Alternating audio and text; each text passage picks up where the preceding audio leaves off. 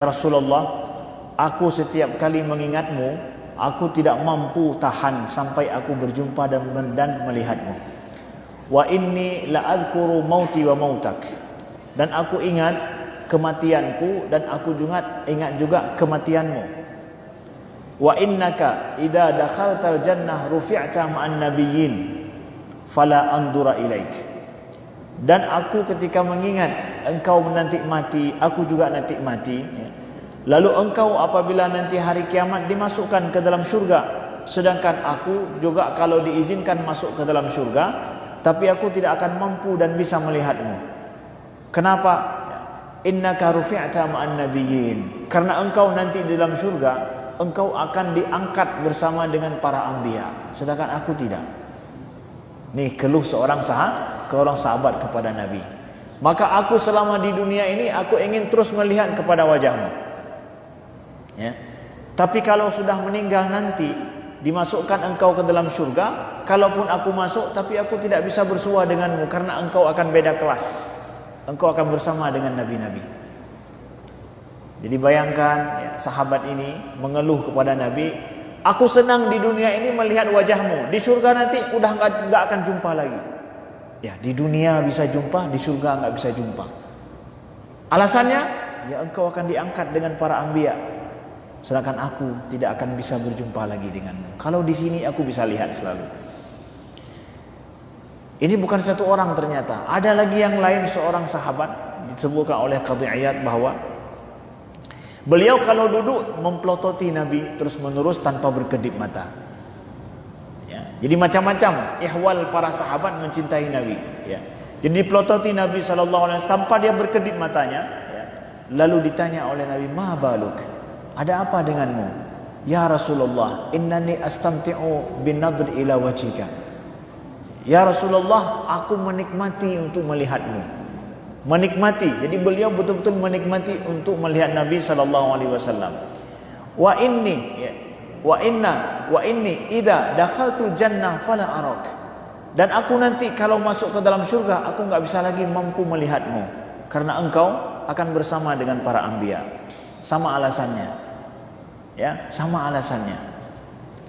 Nah, dua hal ini kemudian kejadian ini menjadikan diturunkan oleh Allah asbabun nuzul, diturunkannya oleh Allah ayat surat An-Nisa ayat ke-50 ayat ke-69.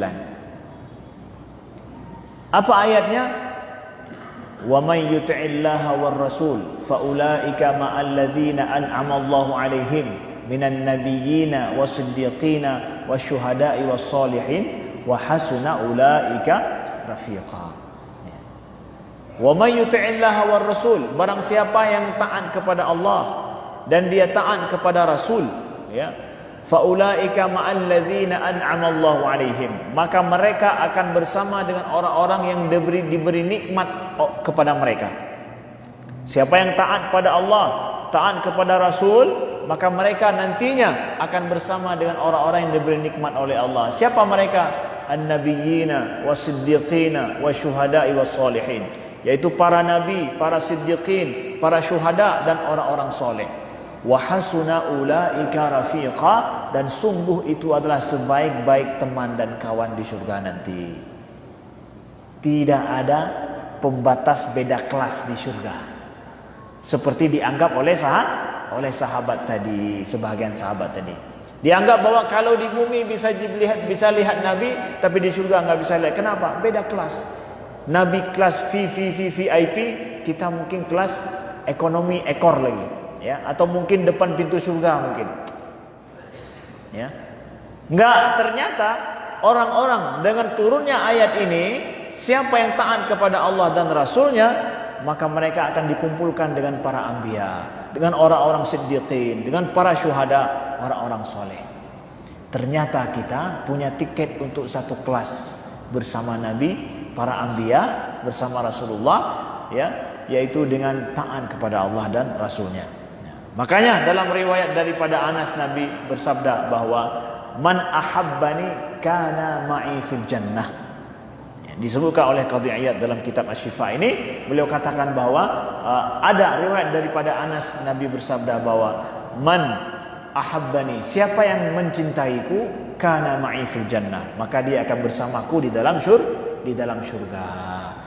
Taat kepada Allah dan Rasulnya kunci kita akan bersama dengan Nabi. Kemudian rasa cinta kita kepada Nabi itu juga akan menjadikan asbab, di antara sebab yang kita akan bisa dapat kunci bersama dengan Rasulullah sallallahu alaihi wasallam di surga.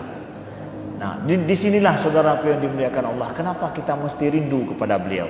Mengapa kita mesti cinta kepada beliau? Ya. Semakin kita tidak pernah melihat beliau, semakin telinga ini rindu untuk melihat kepada beliau. Sebagaimana pernah kita katakan bahwa wal udhunu ta'syaku qabla al-aini ahyanan, kata orang Arab. Sesungguhnya telinga itu lebih merindukan daripada mata. Jadi gak ada masalah kalau kita gak pernah lihat Nabi. Untuk menjadikan kita rindu gak mesti harus melihat. Justru karena gak pernah melihat tapi sering mendengar, rindu akan semakin membuncah. Rasa cinta kita kepada beliau semakin muncul dan timbul. Nah, hari ini kita akan melihat lagi ya, apa di antara sifat Nabi yang mesti kita pahami, yang dari situ nanti kita betapa menjadikan kita rindu kepada beliau ya. Allah berfirman di dalam Al-Quran bahwa ya, dalam surah Al-Furqan ayat ke-20 disebutkan oleh Qadhi Iyad ya, wa ma arsalna qablaka minal mursalina illa annahum la ya'kuluna at-ta'ama wa yamshuna fil aswaq. Ini adalah pembahasan di antara apa yang wajib bagi Nabi, apa yang boleh bagi Nabi, dan apa yang mustahil bagi Nabi. Kita harus tahu ya. Apa yang boleh bagi Nabi ya. Jadi bahwa Nabi SAW dan para anbiya terdahulu itu kata Allah, wa ma arsalna qablaka minal mursalin, tidaklah kami utus rasul-rasul sebelum engkau wahai Muhammad, illa annahum la ya'kuluna at-ta'ama wa yamshuna fil aswaq, maka mereka itu berjalan di la ya'kuluna at-ta'am, mereka itu mesti adalah makan makanan dan berjalan di pasar. Allah menyebutkan bahwa para anbiya diutus sebelum Nabi Muhammad juga itu semua mereka makan makanan, semua mereka juga pergi ke pasar. Nah, ini sifat Nabi yang boleh, dan itu adalah sifat kemanusiaan Nabi yang diutus oleh Allah Subhanahu wa taala. Begitu juga ya, Allah sebutkan dalam surah Al-Isra, qul law kana fil ardi malaikatun yamshuna mutmainnina lanazzalna 'alaihim minas sama'i malakan rasulah. Katakanlah, kalau seandainya di bumi ini ada malaikat yamshuna mutmainnin, yang mereka berjalan dengan tenang, lanazzalna 'alaihim minas sama'i malakan rasulah, maka kami akan utus kepada mereka juga adalah rasul, seorang malaikat seorang rasul. Maknanya apa? Bahwa orang-orang kafir dulu tidak mau terima kalau rasul yang datang kepada mereka itu seorang manusia biasa. Tidak mau terima mereka. Kenapa Tuhan tidak utus malaikat saja? Kenapa seorang manusia biasa? Jadi mereka ingin menolak kenabian Nabi Muhammad, tidak mau mengakui rasul. Gara-gara apa? Gara-gara mereka menganggap rasul itu tidak pantas manusia biasa. Maka Allah jawab dengan banyak ayat ini. Kami telah utus rasul-rasul sebelum Muhammad, itu adalah orang-orang yang makan nasi, makan makanan, dan berjalan di pasar. Makna berjalan di pasar apa? Ya, Allah sebutkan makan makanan, berjalan di pasar. Pasar itu adalah tempat di mana semua kebutuhan manusia itu berkumpul di situ. Itu namanya pasar. Yang namanya pasar apa? Di situ tempat pemenuhan hajat ekonomi asasi manusia di bumi ini. Itu pasar. Ada ikannya, ada sayur di situ ya. Ada rempah-rempah di situ, ada baju yang kita pakai di situ ya. Kemudian kalau mau buat rumah ada semen, batako, kemudian besi, ada juga di pasar. Ngumpul semua kebutuhan. Maka ketika Allah mengatakan bahwa nabi-nabi terdahulu juga berjalan ke pasar, pergi ke pasar, artinya apa? Memenuhi hajat hidupnya hari-hari.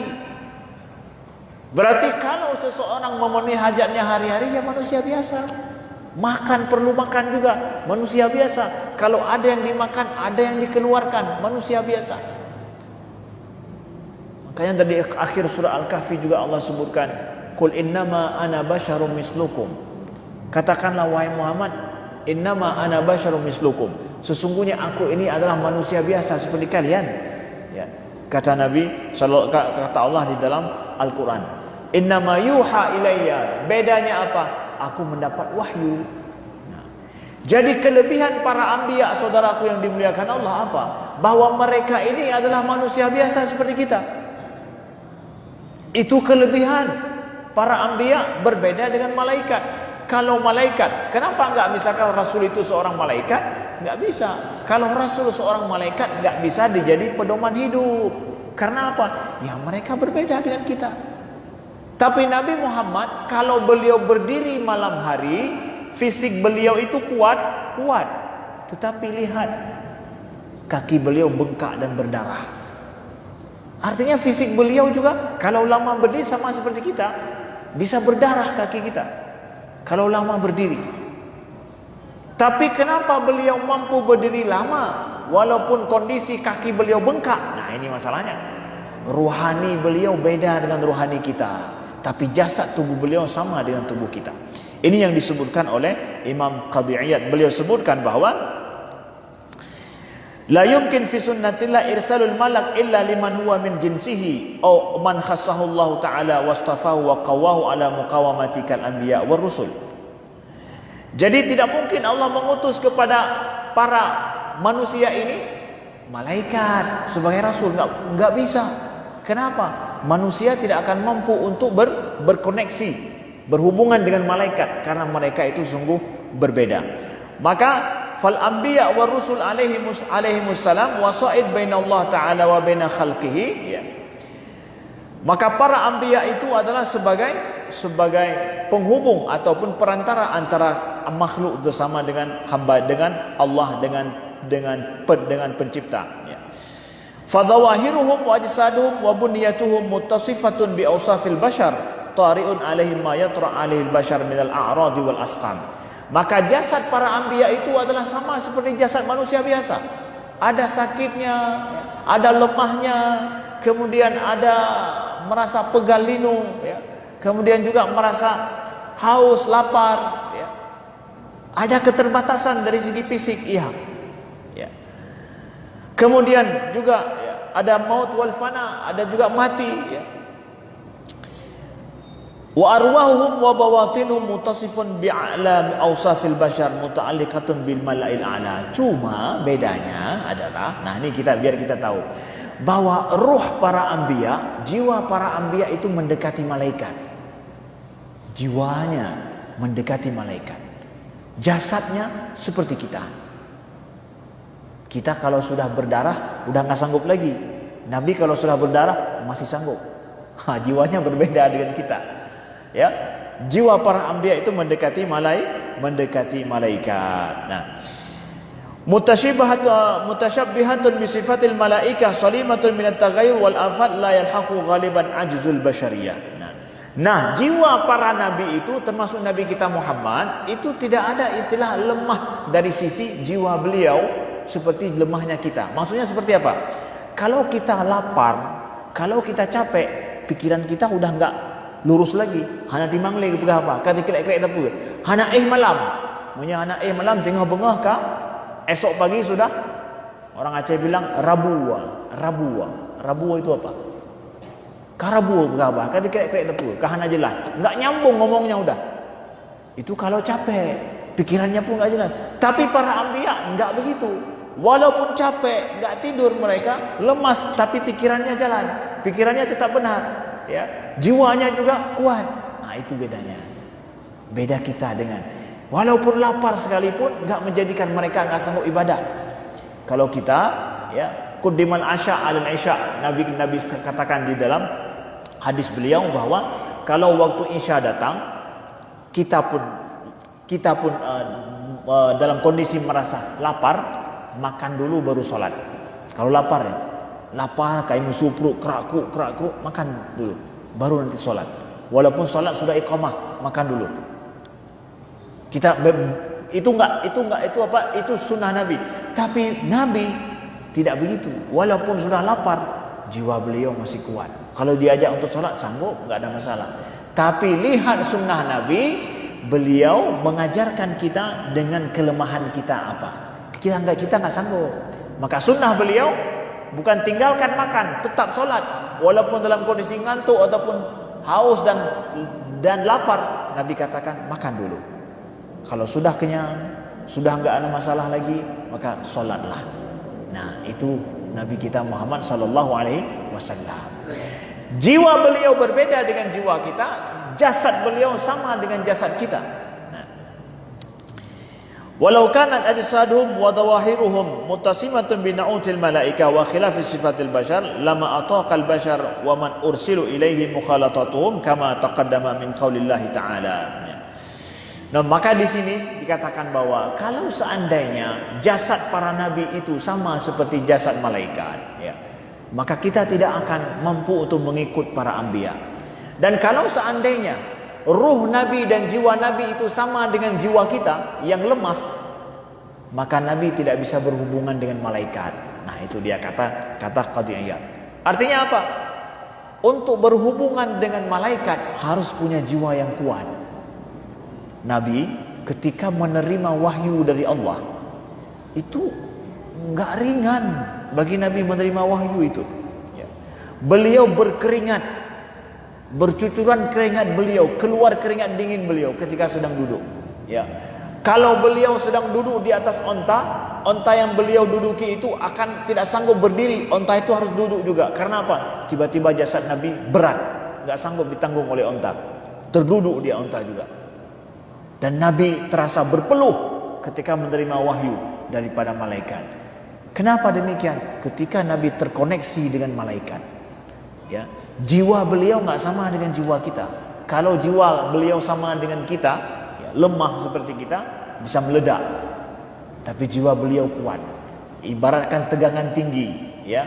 Ada mesin ataupun alat elektronik tegangannya biasa, yang masuk berapa, ya.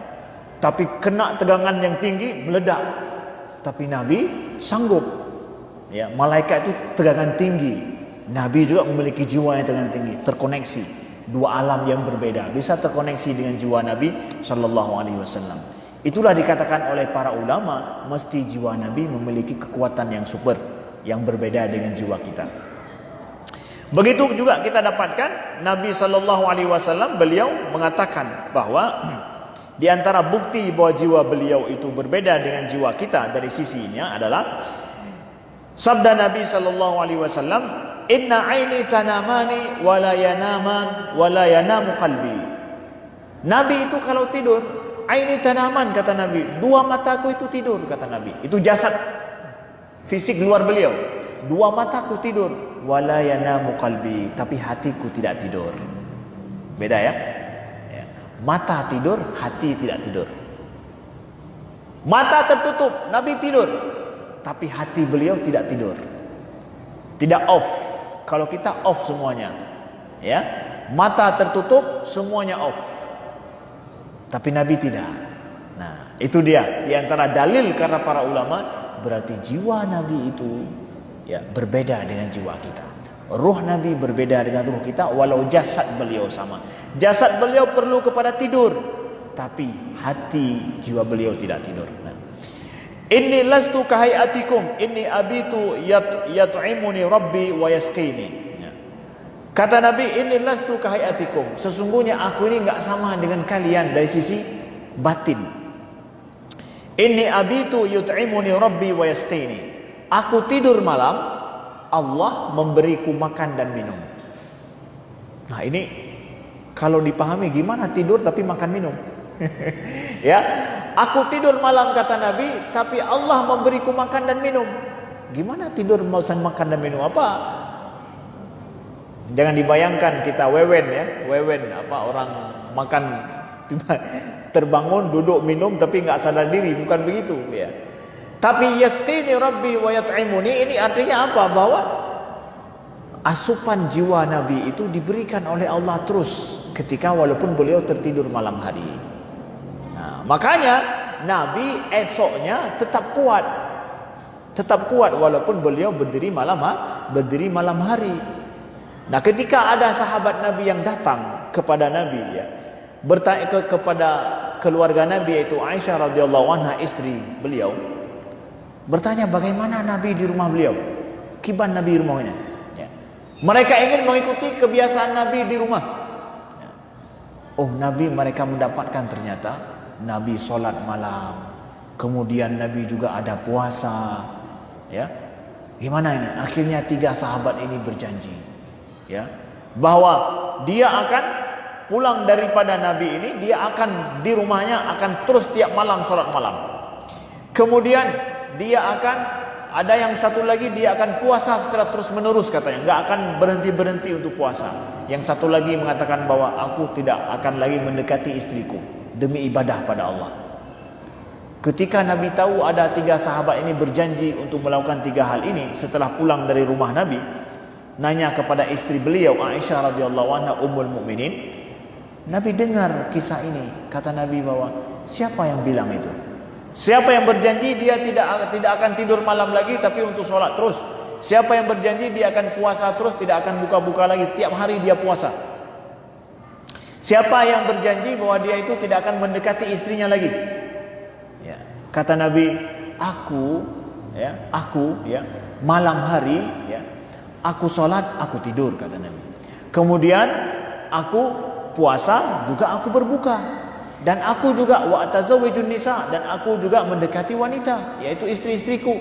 Ya, kata Nabi, man raghiba an sunnati falaysa minni, siapa yang dia tidak suka, tidak ikut dengan sunnahku, maka dia bukan daripada golonganku, kata Nabi sallallahu alaihi wasallam. Nah, Nabi enggak suruh kita ikut seperti itu habis-habisan. Kenapa? Nah, karena beda ruh Nabi dengan ruh kita.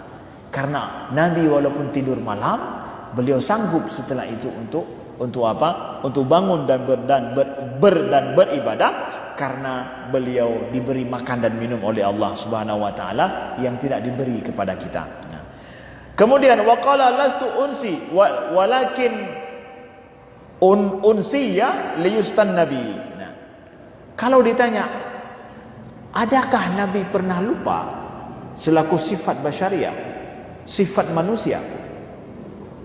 Adakah Nabi lupa? Nah, pernah kejadian ini langsung dengan para sahabat. Nabi sholat asar, tapi beliau sholat 2 rakaat, habis itu salam. Ya, 2 rakaat langsung, setelah itu Nabi salam. Ditanya oleh para sahabat, ya Rasulullah, akasartas salah am nusita? Ya Rasulullah, apakah engkau mengkasar salat atau engkau lupa? Apakah engkau mengkasar salat atau engkau lupa? Kullu dzalika lam yakun, kata Nabi. Enggak, semua itu tidak, bukan kedua-duanya, kata Nabi. Bukan kedua-duanya. Ya, bukan kasar, bukan juga dilupakan, bukan juga lupa. Jadi apa juga? Nabi bangun setelah itu sambung 2 rakaat lagi. Sambung 2 rakaat lagi beliau salat. Nah, ini penjelasan dalam hadis ini. Kata Nabi adalah lastu ansa walakinni unsiya, ya, liyustan nabi, ya.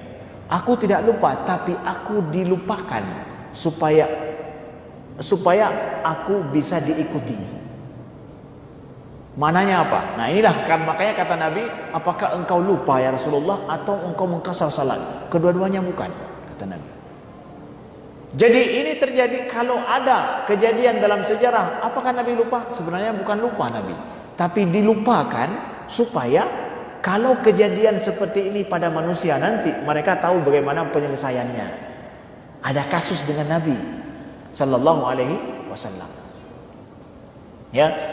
Jadi kita kan bisa saja lupa sholat. Bisa saja kita misalkan lupa rakaat.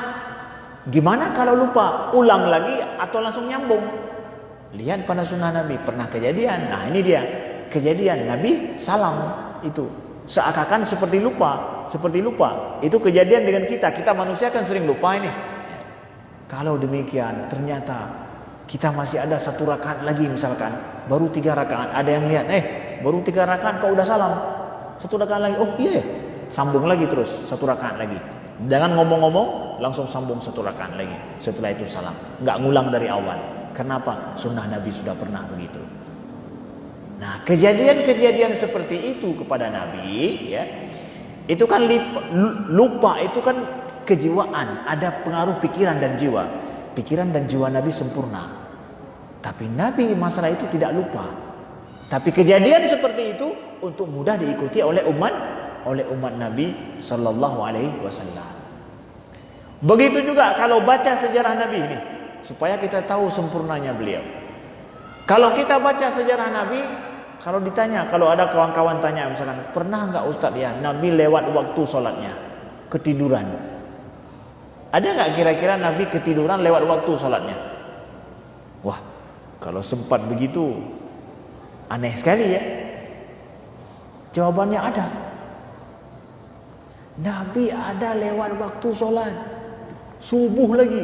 Yan, senang urun-urun yang tuat belah teman-teman. Ya. Biar senang yang terlambat sholat subuh. Ada buktinya. Nabi juga pernah kejadian. Tapi dengar dulu, dengarkan sampai habis. Ini bagi orang-orang yang malas sholat subuh, sudah biasa sholat jam 7, ini ada dalilnya nih. Dalilnya apa? Ya. Nabi SAW pulang dari peperangan.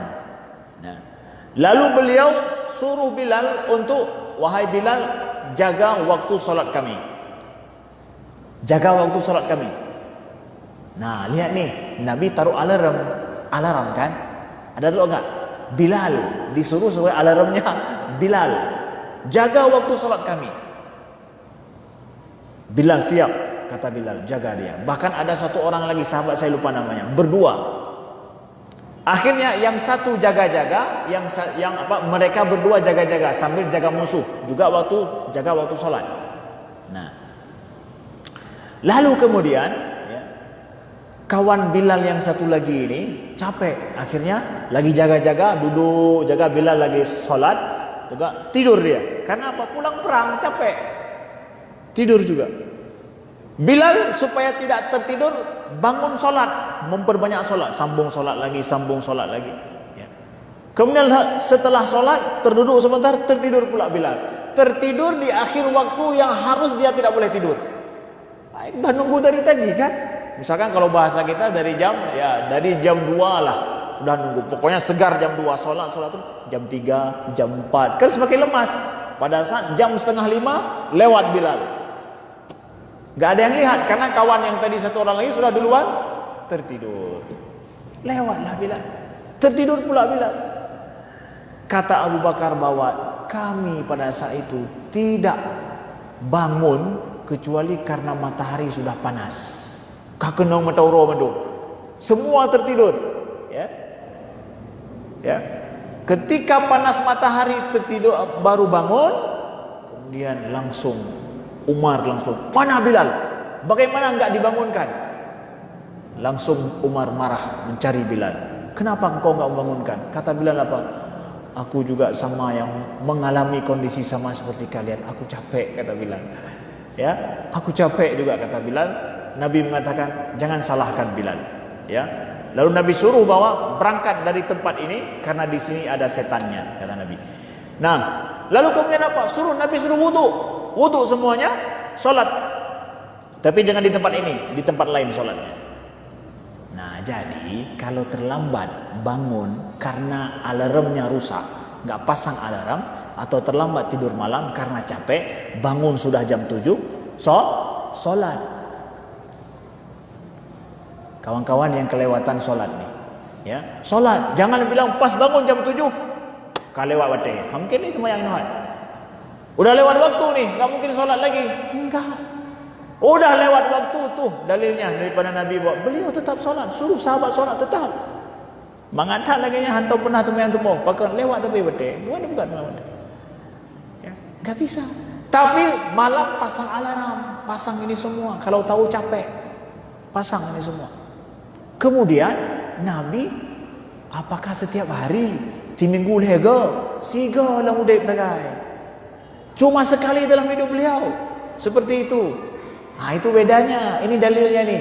Boleh enggak usah kita terbangun jam 7? Boleh. Sekali seumur hidup. Tapi tidak setiap hari. Atau jarang-jarang. Ya karena kita capek mungkin atau apa. Bisa saja kejadian seperti itu dalam hidup, bisa. Ada dalilnya mana? Kalau bangun kondisi di luar daripada kemampuan kita untuk mengontrol, ya memang kita sholatlah di waktu kita jaga itu, di waktu kita ingat itu. Nah, udah ada dalilnya kan? Jadi besok udah bisa bangun jam berapa? Nah, tapi bukan tiap hari.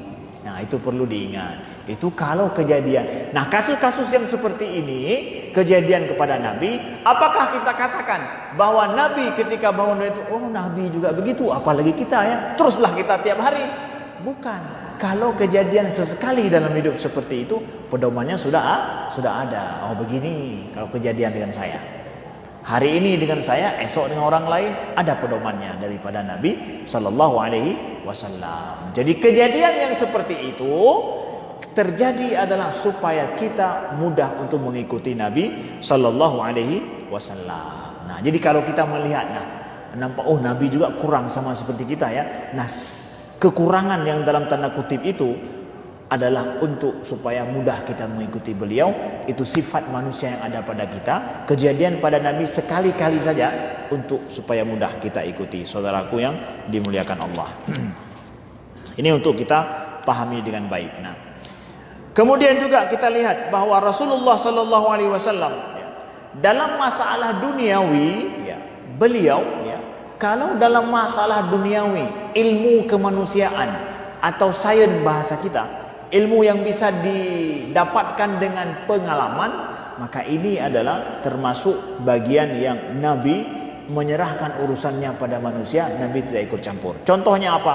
Contohnya adalah ketika Nabi datang ke Madinah, qadima Rasulullah sallallahu alaihi wasallam Madinata wa hum ya'baruna nakhl, faqala ma tasna'un, qalu kunna nasna'uhu.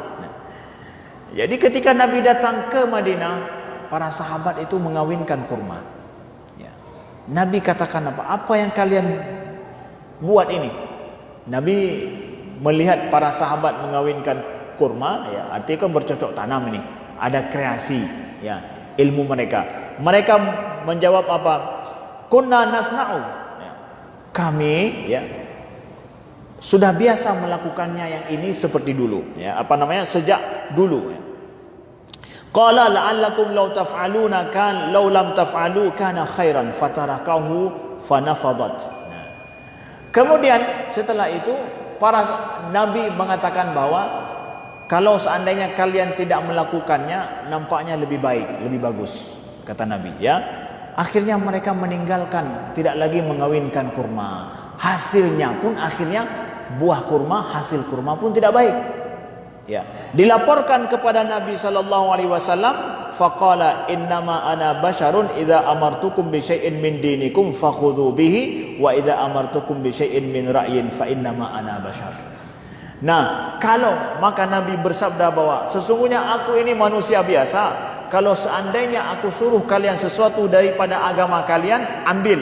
Tetapi kalau aku suruh sesuatu daripada pikiran dan ideku, maka itu adalah sesungguhnya aku manusia.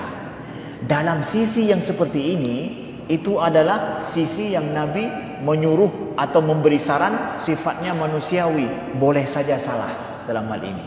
Maka Nabi mengatakan bahwa dalam hal ini itu adalah hanya merupakan ide saya. Dari sisi apa? Bukan masalah agama tapi masalah mengawinkan kurma ini. Ini kan sains. Makanya datang Nabi Muhammad tidak membawa sains, mengajarkan sains. Kalau seandainya Nabi mengajarkan sains seperti itu, udah ditinggalkan. Bercocok tanam ala Nabi, mengawinkan kurma. Itu punya zaman dulu, sekarang nggak pakai lagi. Untung Nabi katakan hadis ini, bahwa kalau dalam masalah duniawi seperti ini, aku adalah manusia biasa. Maka strategi perang juga, kalau Nabi atur, para sahabat mengatakan, ini Nabi nggak bisa seperti ini. Kalau itu bukan wahyu Allah. Nah, disinilah keutamaan dan kesempurnaan Nabi kita Muhammad, dan kesempurnaan pula terhadap ajaran beliau, sehingga ajaran Nabi Muhammad dari sisi agama sampai hari ini laku bisa kita ikuti. Demikian, mudah-mudahan menjadi pelajaran bagi kita, dan kita terus berselawat dan terus kita juga mencintai beliau, merindukan beliau, karena beliaulah sosok yang menjadi panutan yang kita rindukan dari sekarang sampai hari kiamat. Terima kasih. Subhanakallahumma wa bihamdika, asyhadu an la ilaha illa anta, astaghfiruka wa atubu ilaika. Assalamualaikum warahmatullahi wabarakatuh.